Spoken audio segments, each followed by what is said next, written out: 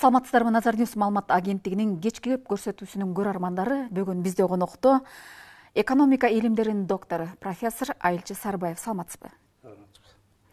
Биздин студияга кош келиптерсиз. Рахмат. Ушу Кыргызстан эгемендүүлүк алгандан бери экономикабыз өспөй, ар кандай талкууларда эле жүрөбүз. Агай деги эле мамлекеттин абалын көрүп турасыз. Ар бийлик келген эле бир чоң долбоорду ишти баштайт, бирок эмнегедир аягына чыкпайт да. Ушул Кыргызстан эгемендүүлүк алгандан бери өкмөт жетекчилерибиз тез алмашып, баш аягыбызды таппай келебиз.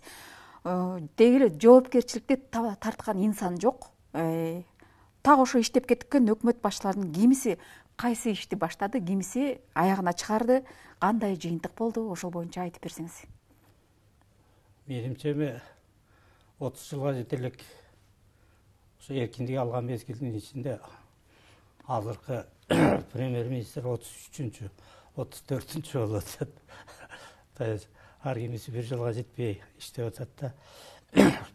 Бир жылга жетпеген өкмөт эч нерсе кылбайт, ал только ошо программасын ойлонуп анан таап анан элге айткандан башкага жетишпейт да, таптакыр.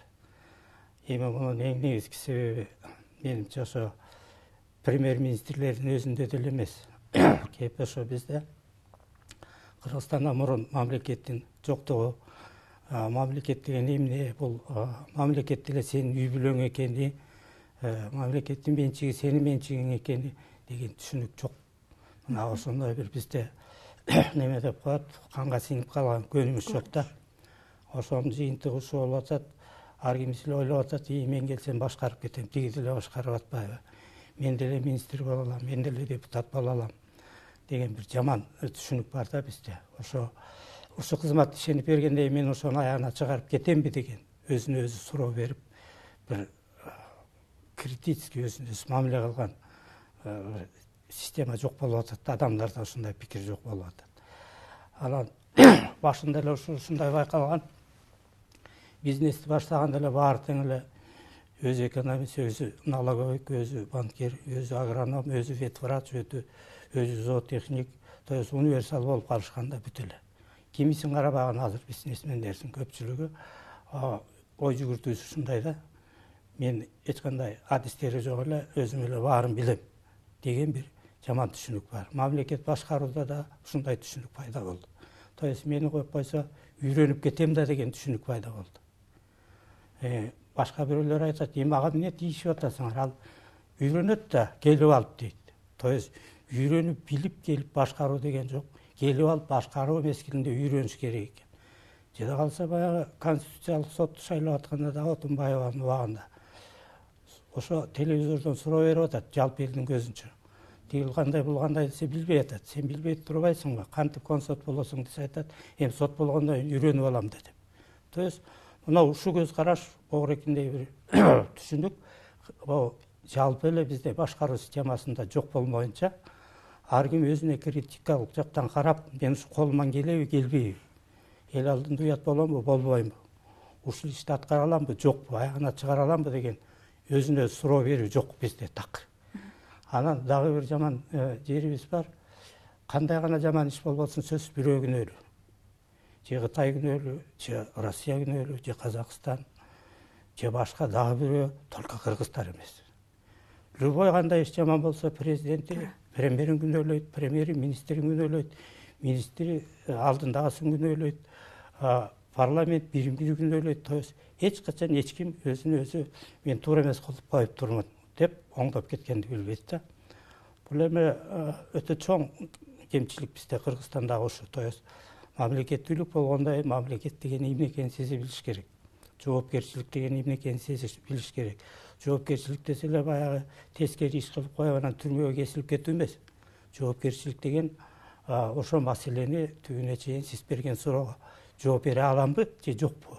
Ушул маселени мен чече аламбы, колуман келеби, көзүм жетеби, менин адистигим, билимим ушуга жетеби деген суроо жок да, өзүнө өзү талап коебойт да мындай. Мына ушул негизги себеп. Андыктан бизде Кыргызстанда мен өмүр бою эле айтып келе атам, Кыргызстан өзүнүн кичинекей мамлекет болгону менен, тоолуу болгону менен экономикалык потенциал деп коет, өтө зор. биз дүйнөлүк деңгээлдеги көбүлөрүбүздүн саясатчылар айтып жүрөт, чоң мамлекеттер эмес, деңгээлибиз боюнча, жашоо деңгээлибиз боюнча чоң мамлекеттерге теңелүүгө мүмкүнчүлүгүбүз бар. Тилекке каршы ошого азыркы экономикалык абалыбыз жетпей турат. Агай, биз сиз менен кадр сыртында сүйлөшүүбүздө артка кылчайып караштын кереги жок, алдыга кетиш керек дегендей кылдыңыз. Бирок биз 5 жылдык артка кылчайып карап коелу. Ошол ар бир өкмөт келгенде, ар бир бийлик келгенде кандайдыр бир долбоорду баштап келеткен. Октябрдан кийин качып кеткен өкмөт башчысы Сапар Исаков баштаган таза коом долбоору унутулуп, мамлекетте өнүктүрүүнүн 40 кадам долбоору иштелип чыккан да. Ошол колдоого алынган. Бирок ушул эки долбоордун кайсынысы биздин Кыргызстан мамлекетине пайдасы бар эле? Эми эң биринчи президенттен баштап, премьер-министрден баштап алып келсек, баардыгы эле долбоорлор керектүү, баары эле. Сиз айткандай ошол долбоордун баардыгы эле улам бирөө сеники жаман, меники жакшы деп отурушуп эле бирөө да ишке ашкан жок. Ашыш да мүмкүн эмес болчу. Эми анан дагы бир нерсе да, бизде комплекстүү бир 20, 30, 50 жылга чейин алдыга койгон бир максаттуу, комплекстүү иш-чара жок болуп атпайбы? План же долбоор деп коет, же прогноз деп коет. Мына ошого окшогон нерсе жок болуп атат. Анан кимиси келбесин ошол долбоордун тегерегинде иш алып барыш керек эле. Ошого жараша бир чоң иш-чаралардын программасын түзгөн партиялар жок болуп атат. Партиялар келсе дагы чаржайт. Анан дагы бир кызык маселе, партиялар келет өзүнүн программасы менен, парламентке отурат, премьерди шайларды эле премьерден сурашат, өзүнүкүн айтпайт, программасын. Эмне программа менен келдиң деп. Мына өткөндө эле Улукбек азыркы Мариповдон сурап атышат, кана сенин программаң. То есть түндө звонить этишкен, сен эртең менен кел, бу жерде сени премьер кылган атабыз дейт. Ал түнкү саат 2-де туруп алып, эртең менен 8-ге чейин программа жазыш керек экен да. То есть ушундай бир кызыктай суроо да, логикасы жок, баш аягы жок, чаржайт. Анан Марипов кайсы программа менен келиш керек эле, кайсы партияныкын колдош керек эле.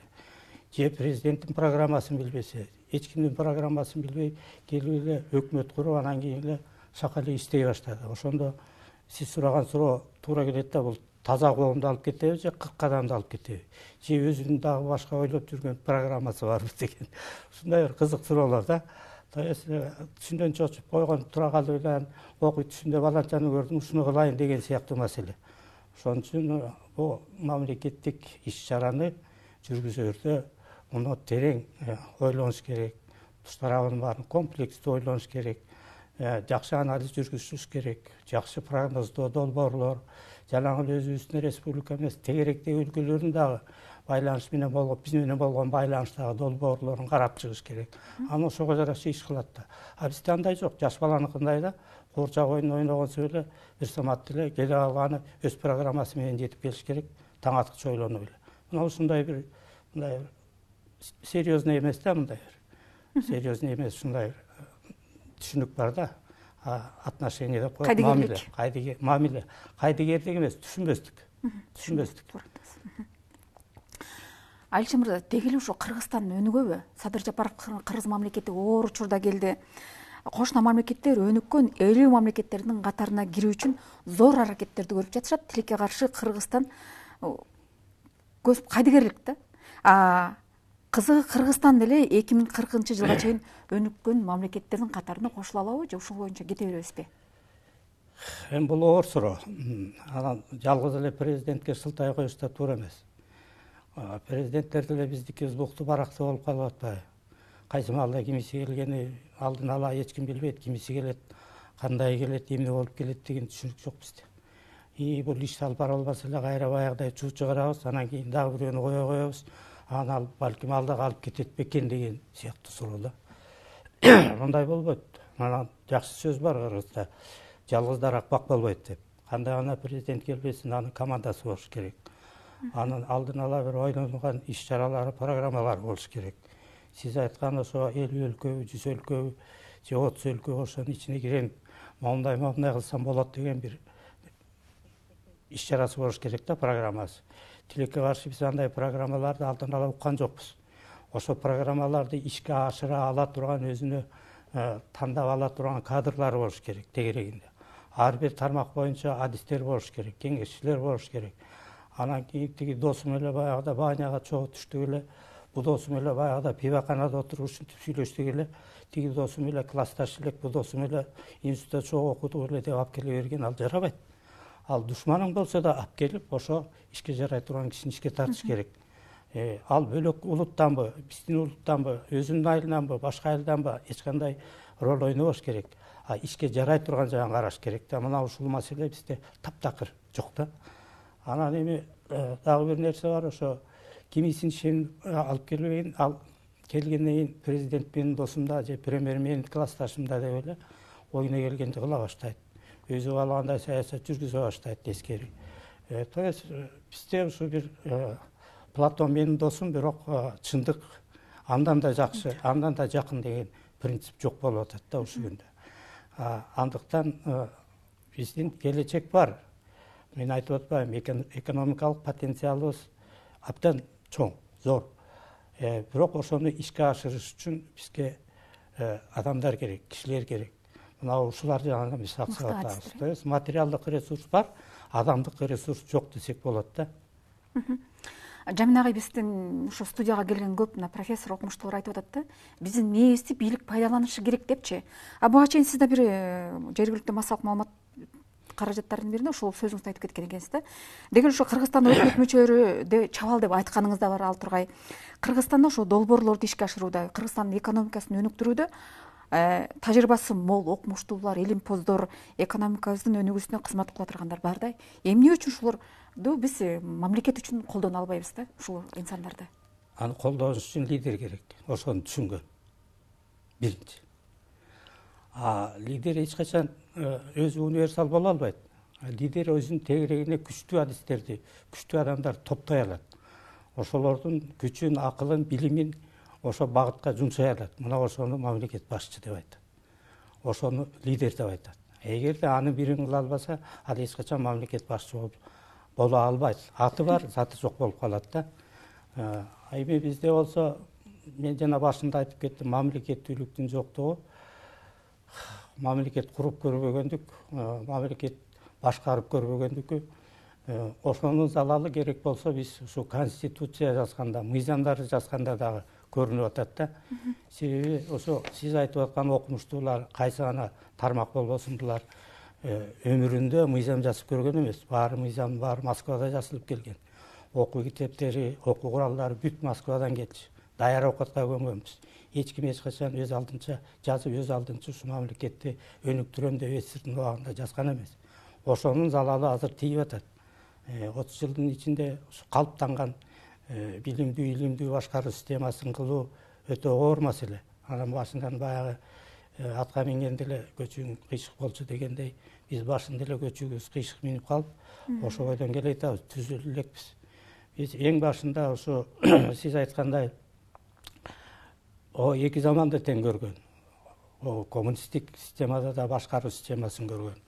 Андан кийин эркиндик алгандан кийинки башкаруу системасынын түзүлүшүн көрүп, алардын жакшы жаман жагын көргөн адамдар бар бизде. Ана азыркы 50дөн бир 80 жашка чейинки, 90 жашка чейинки биздин азыркы акыл-эси ордунда адамдарыбыз толтура.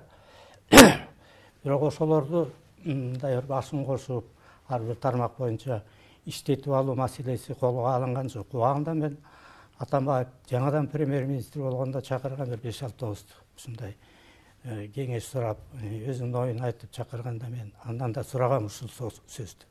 Сиз өзүңүздүн тегерегиңизге ушундай бир ар бир тармак боюнча билимдүү, илимдүү, тажрыйбалуу адамдарды чогулта аласызбы деп.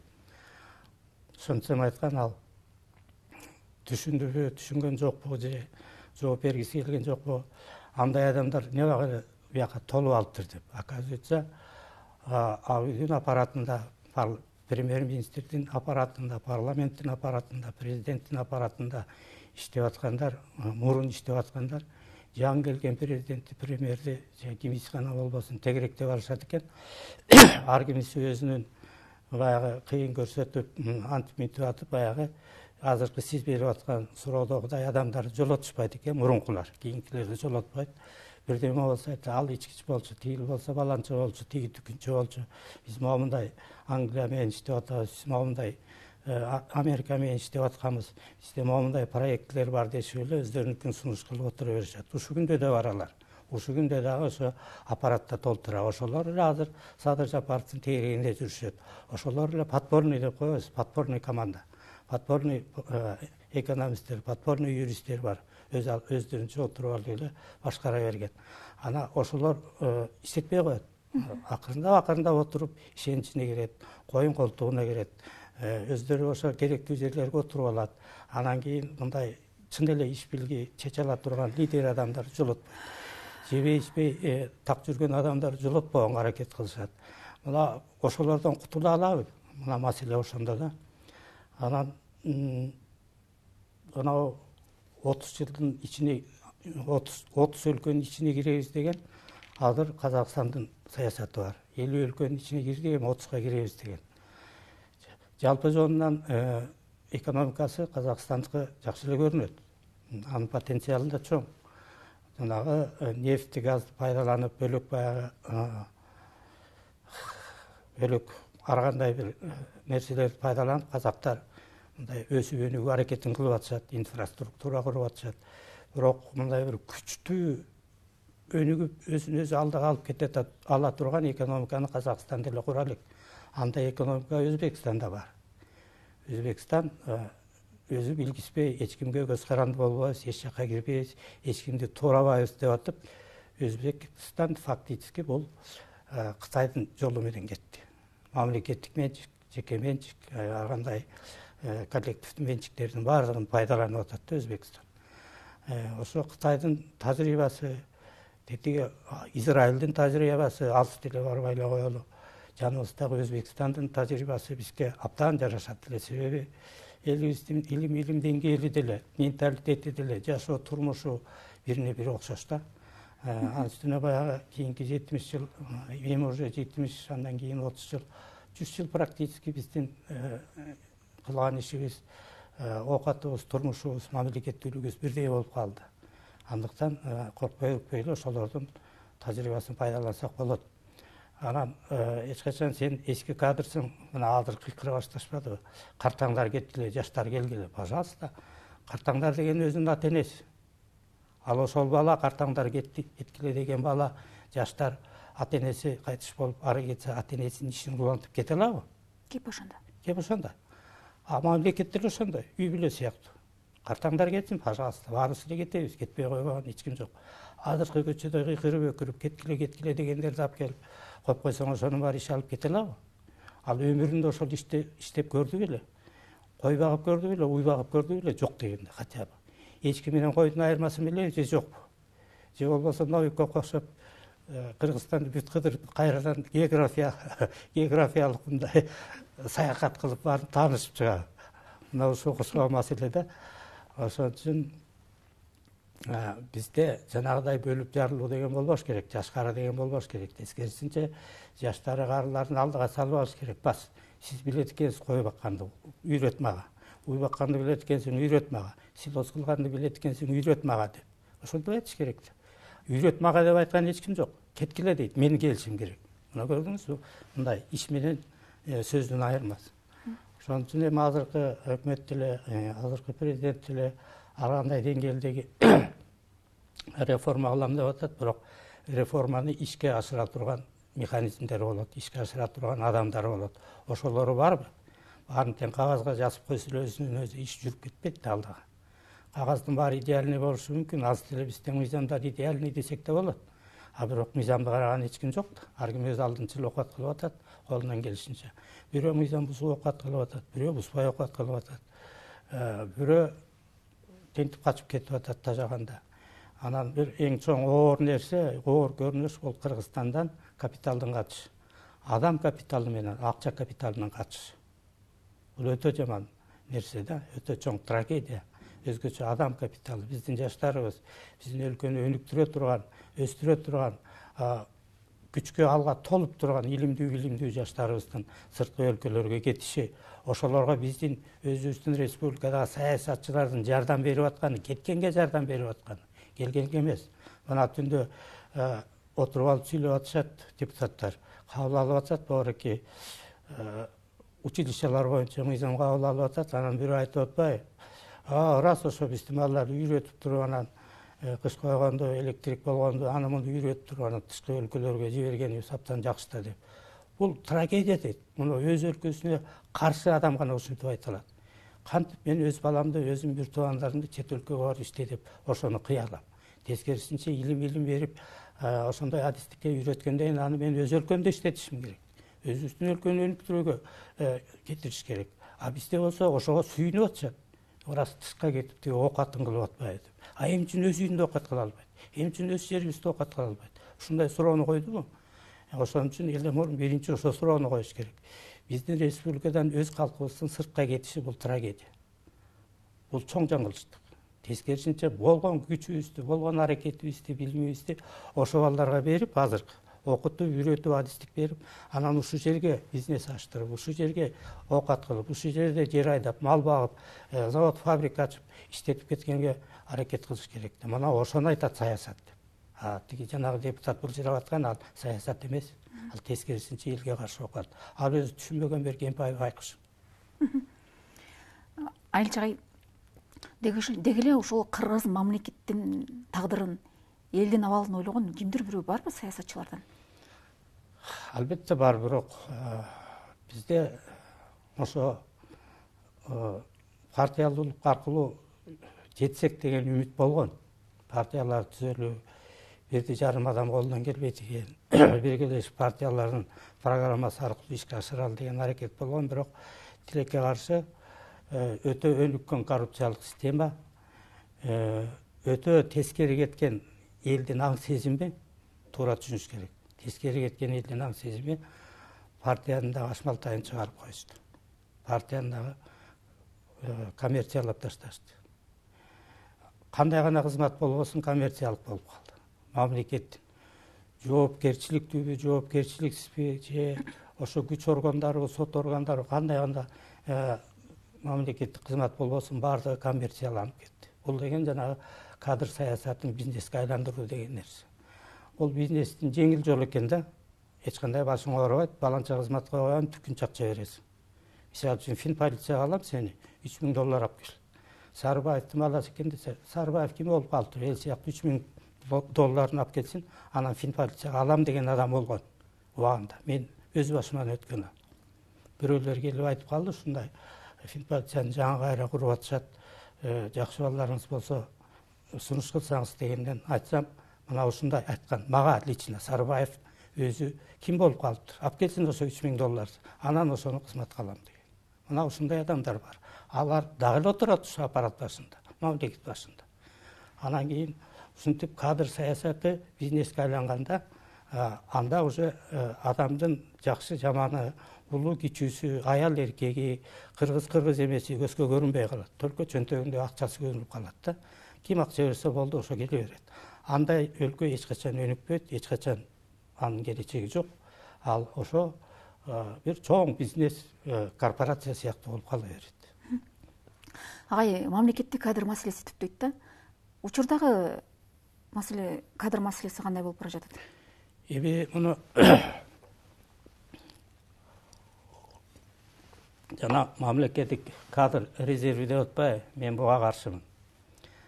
Эми балким жакшы жактары да бардыр. Аны ар ким өзүнчө, ар кимдин өзүнүн ою бар. Мисалы үчүн жана кичинекей өлкө болгондон кийин башкаруучу адам, мисалы үчүн мен бир эле кишинин башкаруусуна макулмун. Президент же премьер-министр болсун. Только экөө тең мыйзам алдында жооп бергидей болсун. Экөө тең. Айырмасы жок.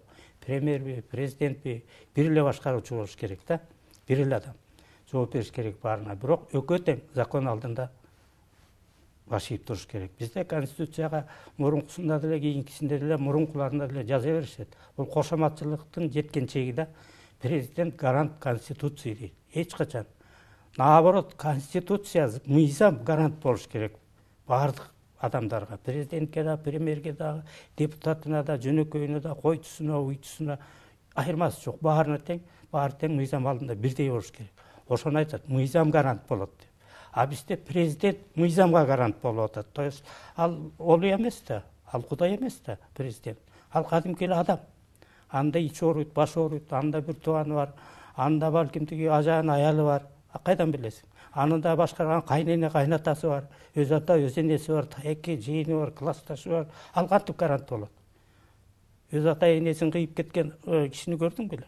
Өз бир тууганын кыйгандарды көрдүң беле? Мындай чанда болот. Англияда гана болгон бул. Англиянын королевасы француз принцине күйөөгө тие турган болгондо айтышкан, эгер сен ага тийсең Англияга королева болбойсуң деп. Ошондо айткан, анда мага күйөөнүн кереги жок, мен Англияга тием деп. Анан Англияга тийдим деп айткан, күйөөсүнөн отказ берип. Ата түрк ушундай болгон, үй бүлөдөн кечип койгон.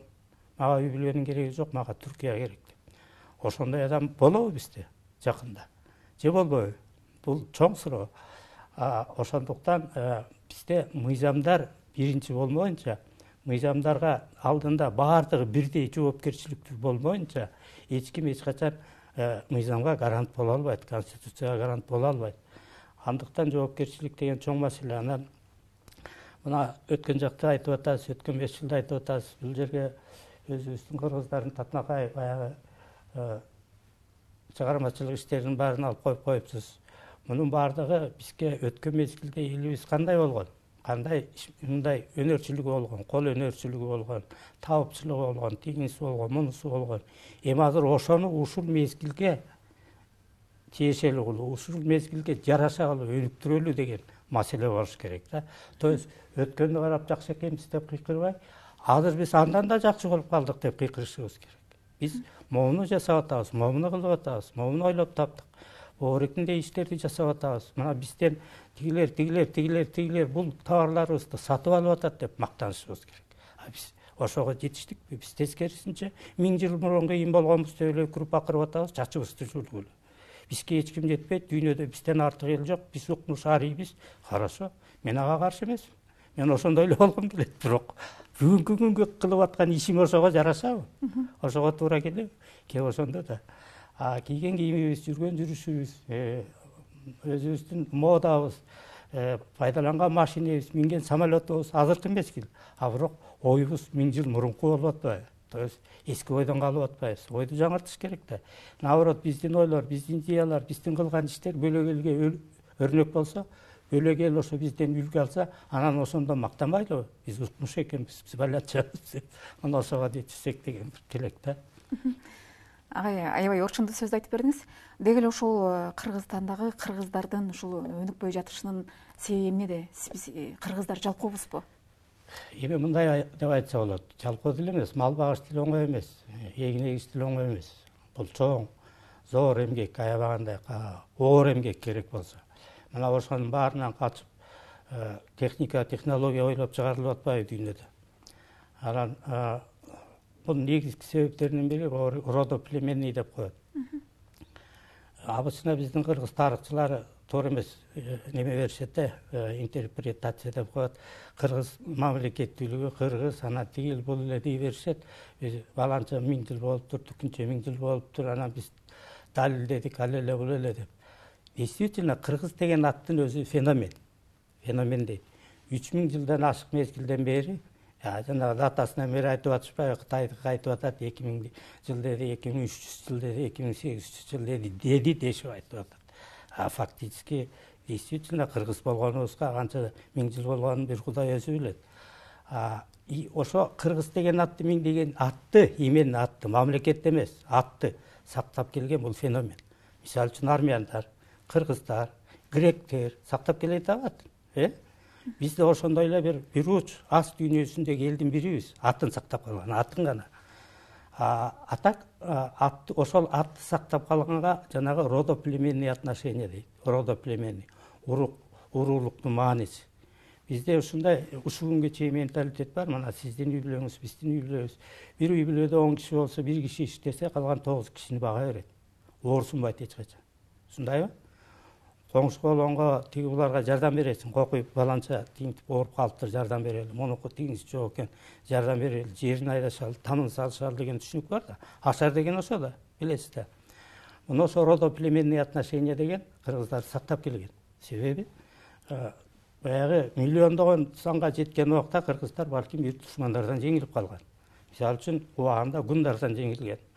Андан кийин моңголдордон жеңилди, башкалардан жеңилди. Бирок астанда калса дагы ошо кыргыз деген уруу өзүнчө жана родо племени бирин бири коргоп, бирин бири сактап, бирин бири өлтүрбөй, мынтип алаканына салып, көрүнгөн коктуголотко катып коргоп жүрүп, атын кыргыз деген атын сактап келген. Родо племени отношения. Союздун убагында деле ушул болгон бизде. Бизде родо племени отношения жоюлган эмес. А бүгүнкү күнү андан да күчтүү болуп калды. Себеби рыноктук экономика деген бул экономиканын жаратылыштын шартына жакындаштыруу. То есть ким күчтүү болсо, ким акылдуу болсо, ким иштерман болсо, ким эмгекчил болсо, ошол оокат кылып байыйт деген сөз, рынок деген сөз. А союздун убагында биз инкубатордун балапанындай багылып калганбыз. Себеби Советтер Союзу, Москва өзү мыйзам жазчу, өзү мектеп куруп берчү, больница куруп берчү, көчө куруп берчү, шаар куруп берчү, водопровод курчу, баарын курчу. Самолет куруп берчү, машина куруп берчү. Кыргыздар только окугула, только ушул заводдо иштегиле, фабрикада колхоз совхоз иштегиле, жаныңарды баккыла, дарылангыла, өлбөгүлө деп. То есть биз инкубатордун балапанындай болуп калганбыз. Өз алдынча оокат кылган. Рынок деген тескерисинче уже бизди жайып кое берди. Талаадагы койчусу жок койго окшотуп. Баргыла оокатыңарды кылгыла, кимиңер алдуу күчтүү болсоңор, акылдуу болсоңор, билимдүү болсоңор, эмгекчил болсоңор, ошоноңор бай жашайсың деп. А биз эмнеге өттүк? Биз талаптоого өттүк. Алдоого өттүк. Союздун менчигинин баарын, элдин менчигинин баарын таладык, тонодук, уурдадык. Эмне десе, бул Кыргызстандыкы да жалпы ээси жок да деп. То есть мамлекеттин мүлкүн меники деп эсептебей, биз ээси жок катары карап, талаптанып кеттик. Приватташтыруу деген шылтоо менен. Ошол мезгилде 90-жылдагы ачарчылыкта элди кайра эле ошо родо племенный отношения сактап калды, мамиле, үй бүлөлүк. Өзгөчө биздин аялдардын эмгеги зор бул жерде. Биздин аял заты ошол мезгилде чаар баштыктарды көтөрүп алып, кайра Кытайга кайра Турцияга, Индияга чейин катташып, ошол жактан майда чүйдө бирдемелерди алып келип, Казакстандан, Россиядан алып келишип, контрабанда менен же болбосо тияк бияна катып кынтып келип атып, элди өлтүрбөй багып калган аялдар болду. Ошол кезде үй бүлөлүк родо племенный отношения болду. То есть күйөөсү бала багып калып, аялы чет өлкөгө кетчи биздин алып келейин деп. Бизде көп азыркы кездеги байып кеткен бизнесмендердин көпчүлүгүн байыткан аялдары болгон. Аны ачык айта албай атышпайбы, азыр кыймыз дешип, Корсоев тиги депутат же министр болуп отурабыз. А фактически эркектерди аялдар багып калган, биз башыбыздан өттү да ошол мезгилде. Ошон үчүн ошо родо племенный отношения, урук тууганчылык деген сөз, жолдошчулук, классташтык, жер серчилик деген нерсе ушул күнгө чейин бизде рыноктун шартында да калып калды. Мисалы үчүн Америкада, Европада, Англияда, Германияда мындай мамиле жок. Мындай шарт жок, алар родо племенный деген такыр түшүнбөйт. 18-16 чыктыңды, бала бакырасын кой берет, бар оку, окаттын кылар жака, жолобой экинчи мага дейт.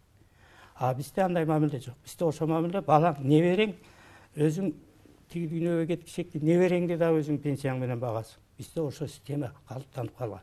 Азыр кимиси чоң болбосун баары тегеректеп келишет. Бир министрдин айтканы эсимде, өткөн Союздун убагында министр болуп калган, айтат ошо. Өмүрүмдү уккан көргөн эмесмин дейт, министр болгондун эртеси эле бирөө келди дейт, мен эжең болом дейт. Андан бирден баштайын бирөө келди дейт, мен таа жеңең болом дейт.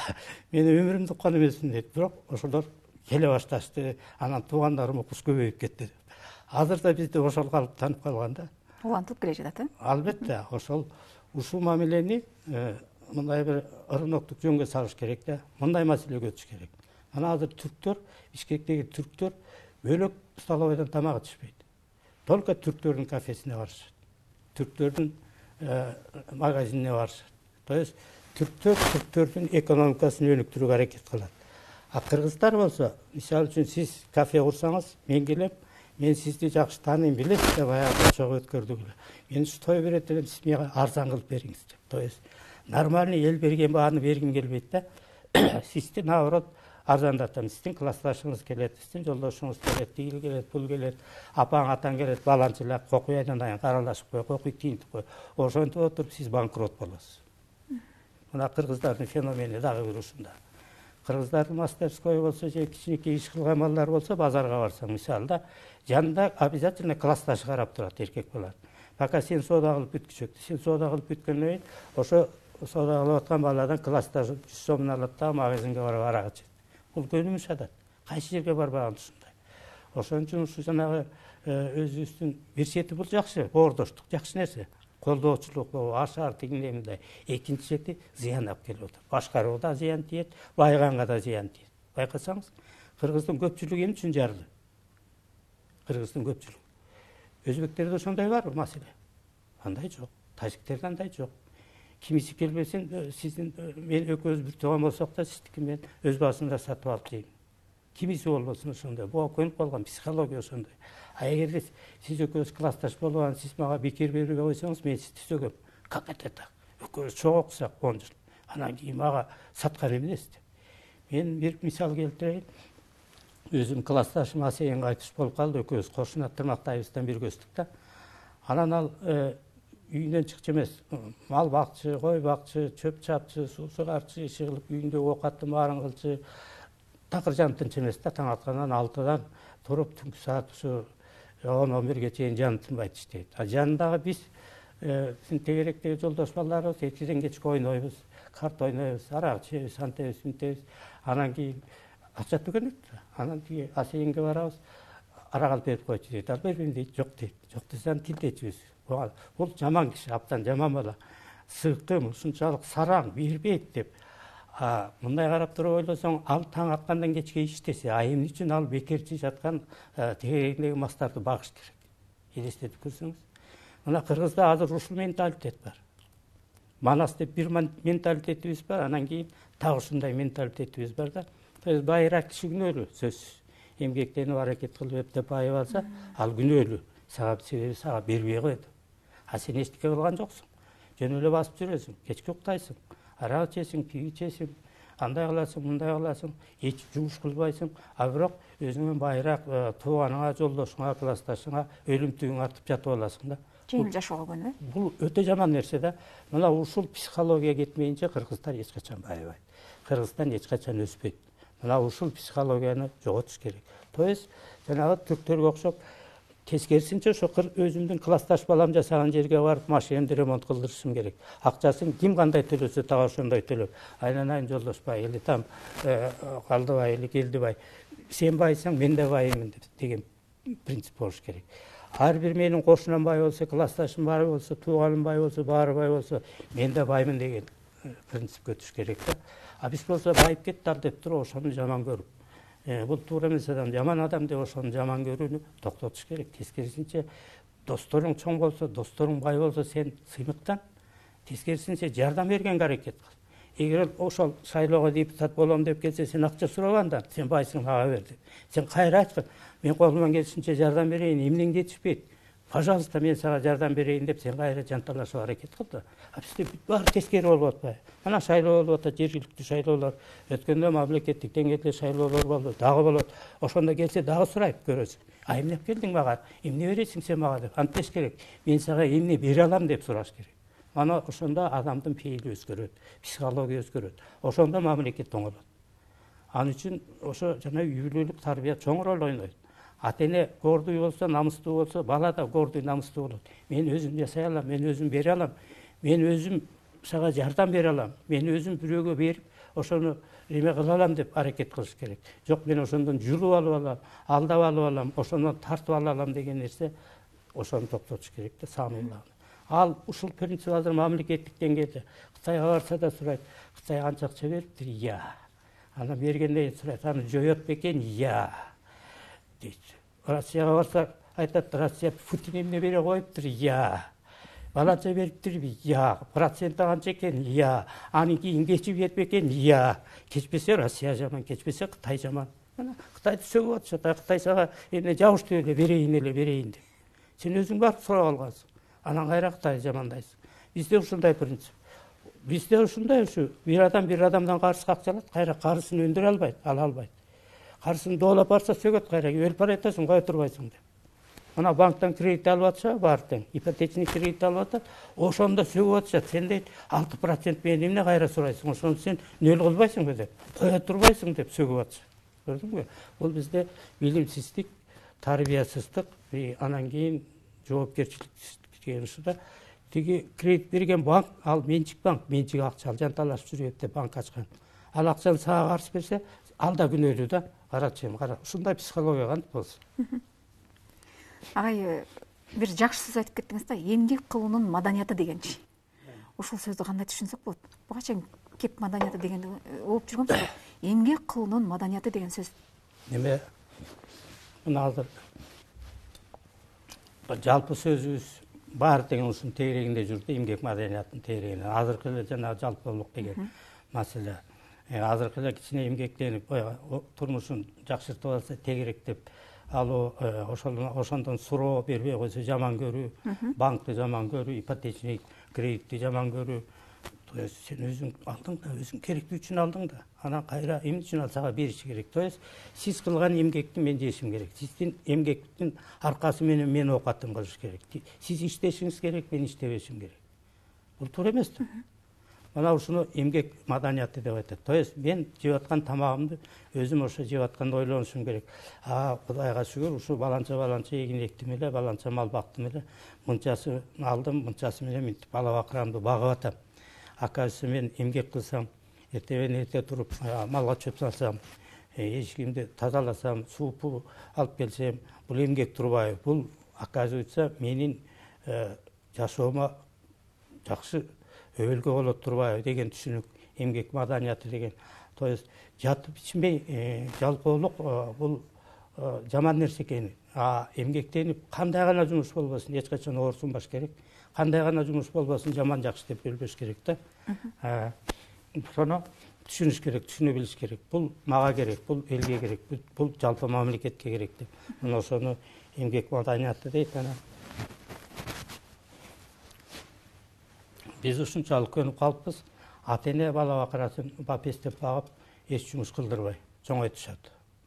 Тескерисинче баланы кичинесинен баштап жумушка көндүрүш керек. Ошону эмгек маданиятына деп коет да.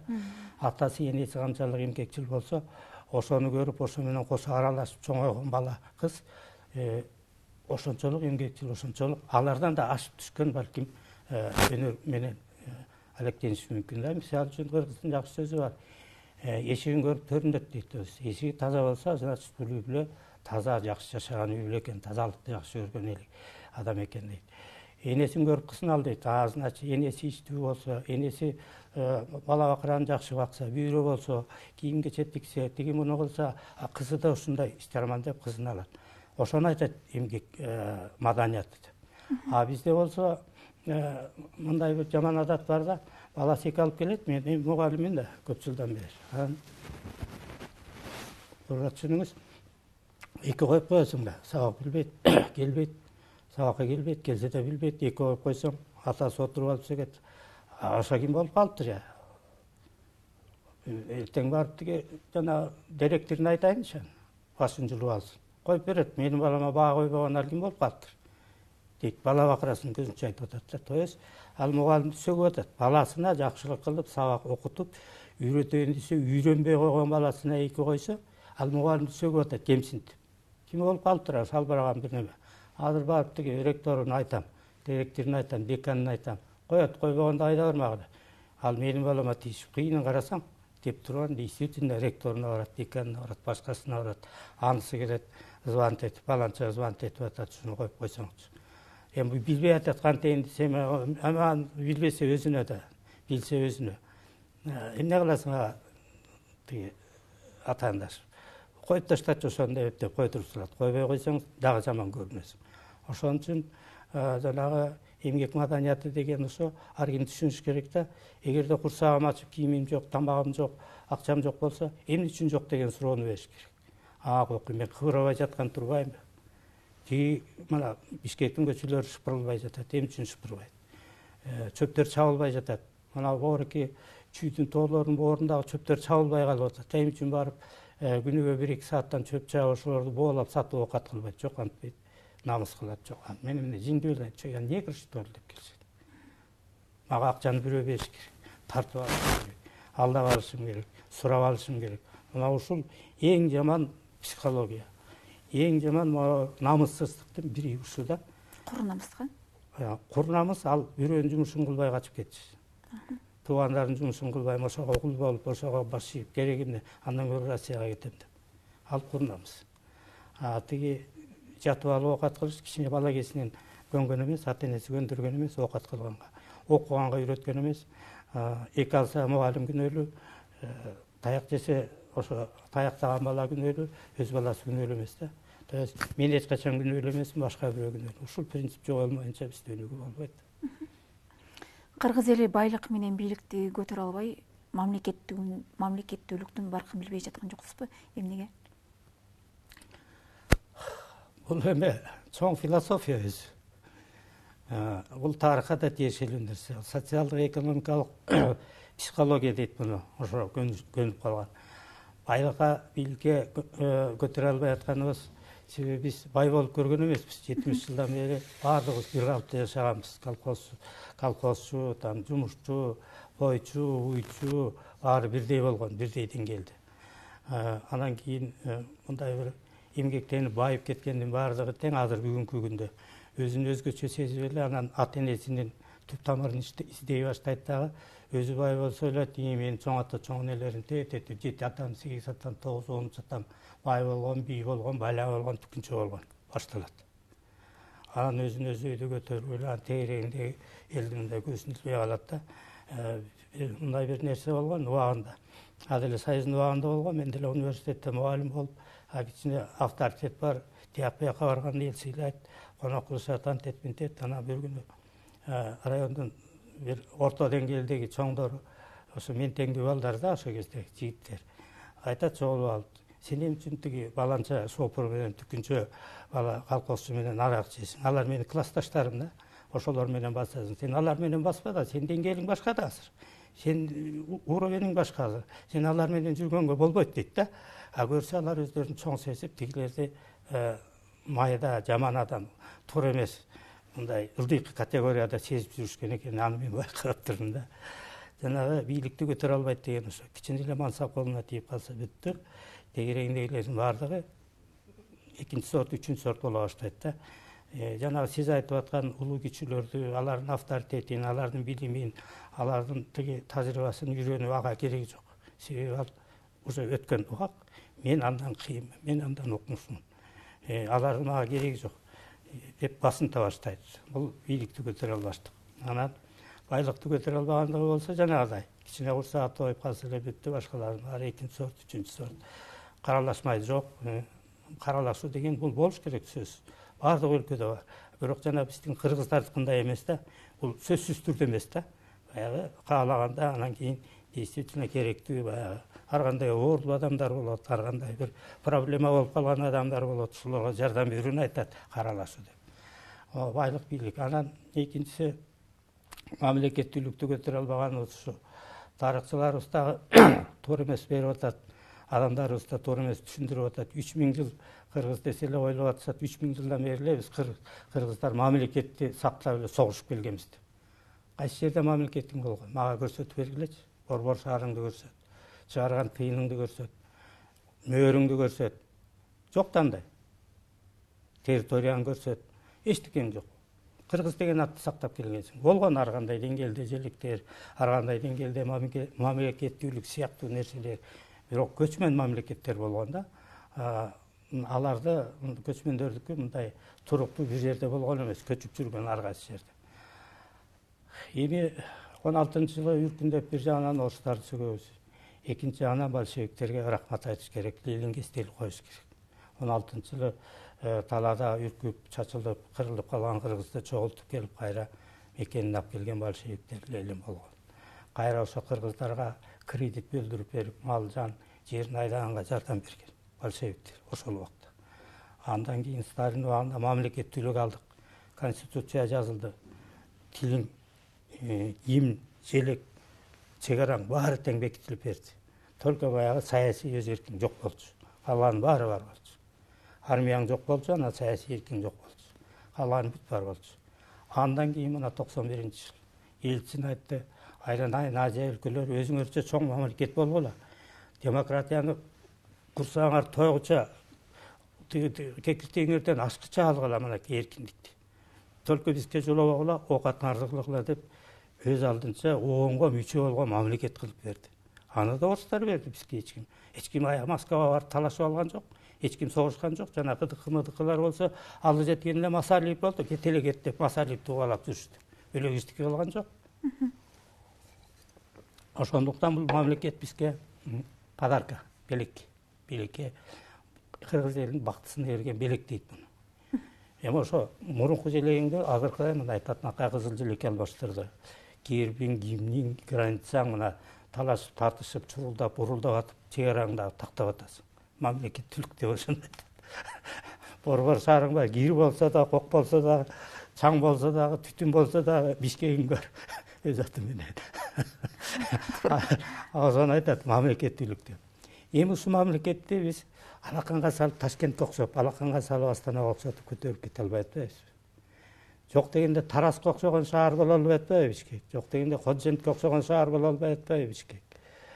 Шаардын ичин талап тоноп, талкалап, арык жарыгынан бери тең талап, толкалап атып мынакей ар кайсы жерде тастын башына чыккан тиги чачка окшоп 15 этаж, 20 этаж үйлөр соройуп чыгып калып атат. Ошону ойлоп атабыз биз. Кыйын өнүгүп атабыз.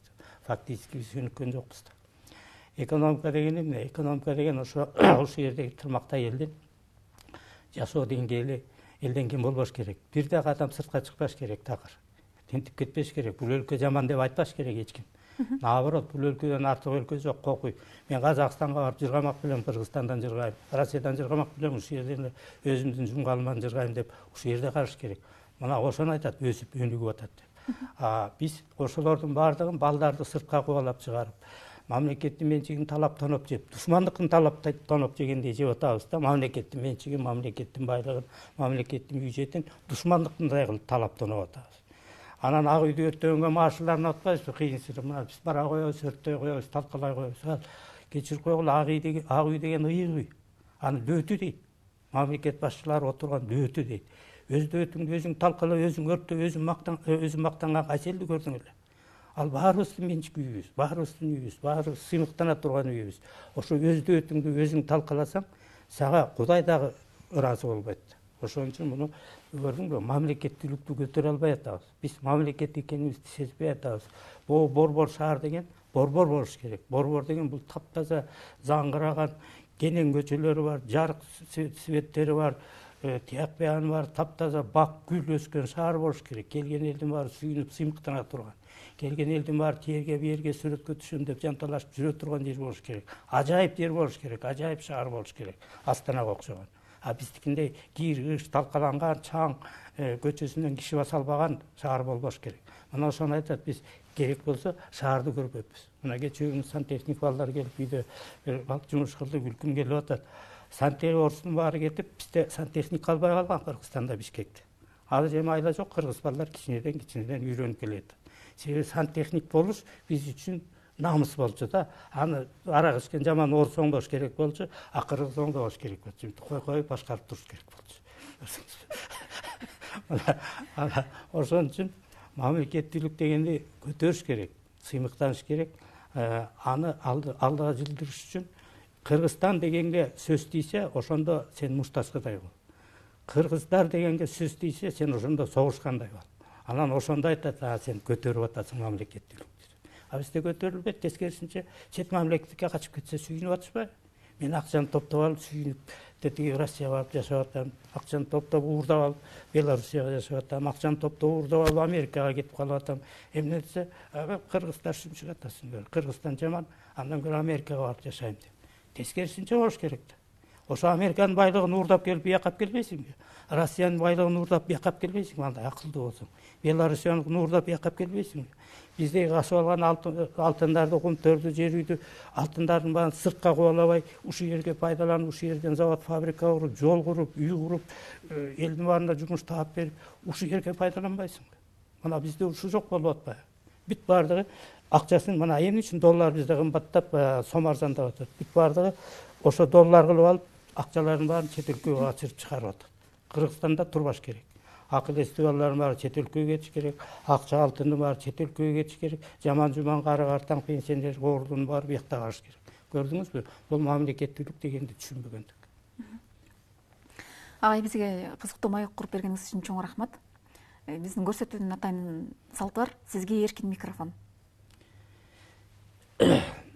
Эми Эркин микрофон деп калдыңыз. Биз бийликтин төртүнчү бутагы бул массалык маалымат каражаттары деп коет, бирок массалык маалымат каражаттары биз кээде таптакыр эле ашыкча ээн ооздукка айлантып ийип атабыз. Туура эмес маалымат берип элди туура эмес жака үндөп коюп атабыз. Кээ бир кишилерди бекер жеринен жаманаттык кылып, кээ бир адамдарды жөн эле жерден көкөлөтүп мактап жиберип жатабыз да. Бирок ушу массалык маалымат каражаттын баары бир жаманбы жакшыбы ролу абдан чоң экен. Муну 17-жылы биринчи эле жолу бийликти алганда Ленин өзү баштап, сөзсүз ушу массалык маалымат каражаты, өзгөчө кино, ар кандай көрсөтүүлөр элдик болуш керек, ушундай жаман жакшы нерселердин баардыгын элге ачык көрсөтүп туруш керек деген. Анан менин кааларым ушу биздин массалык маалымат каражаттары деле ачык айкын болуп, анан ушул журналисттерибиз абдан терең билимдүү болсо, терең билимдүү болуп, үстүртөн суроо бербей, жөн эле бир немени сурамыш этпей, тескерисинче ушу абдан оор терең маселелерди козгоп, элдин аң сезимин козгоп, өзгөртүп, элдин өзүнүн жашоо турмушун өзгөртүүгө салымын кошсо деп мындай тилейм да. Рахмат. Биздин суроолор сизди кызыктырдыбы? Суроолор албетте кызыктырмак түгүл, оор суроолорду берип койдуңуз. Бул эми бир сааттык жумуш эмес, бул мындай бир чоң философиялык суроолор. Бүгүнкү күнү мынакей Кыргызда өзүнүн идеологиясы жок деп келет. Идеология деген өзүбүздө, элибизде каныбызга сиңип калган эле кадимки эле үрп адатыбыз бар. Үрп адат десе салттуу деген сөздү кошуп алды. Салттуу деген сөз жок. Салт деген сөз бар. Биздин кыргыз элинин салты бар, үрп адаты бар деп айтат. Анан салттуу ыр, анан салттуу бирдеме, анан салттуу бирдеме дегендерди чыгарып алышты. Андай эмес, сөзүбүз да бузулуп баратат.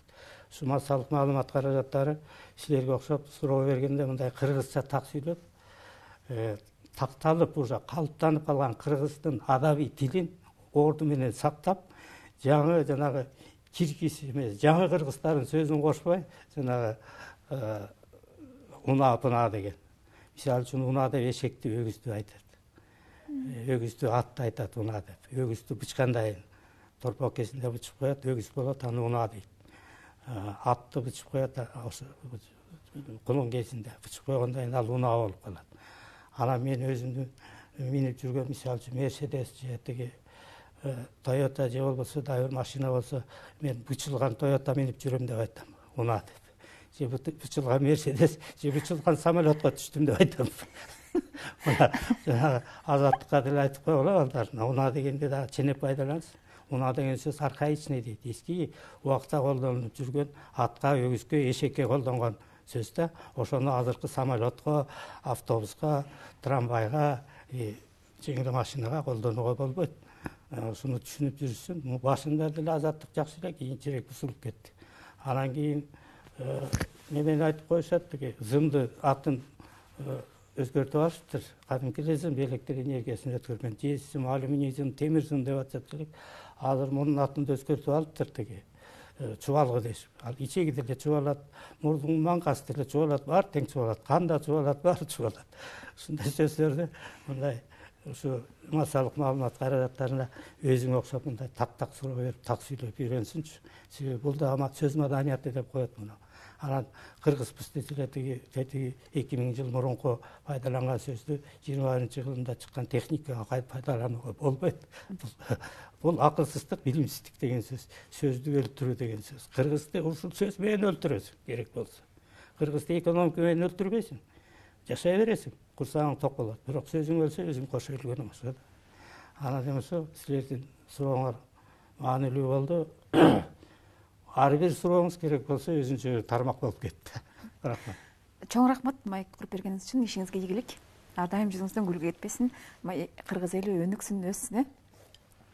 Урматтуу Назар Ньюс маалымат агенттигинин көрүүчүлөрү, бүгүн бизде конокто экономика илимдеринин доктору профессор Айылчы Сарыбаев болду. Кыргыз элинин түбөлүгү түз болсун, элибиз аман болсун. Кайрадан эфирден көрүшкөнчө саламатта калыңыздар.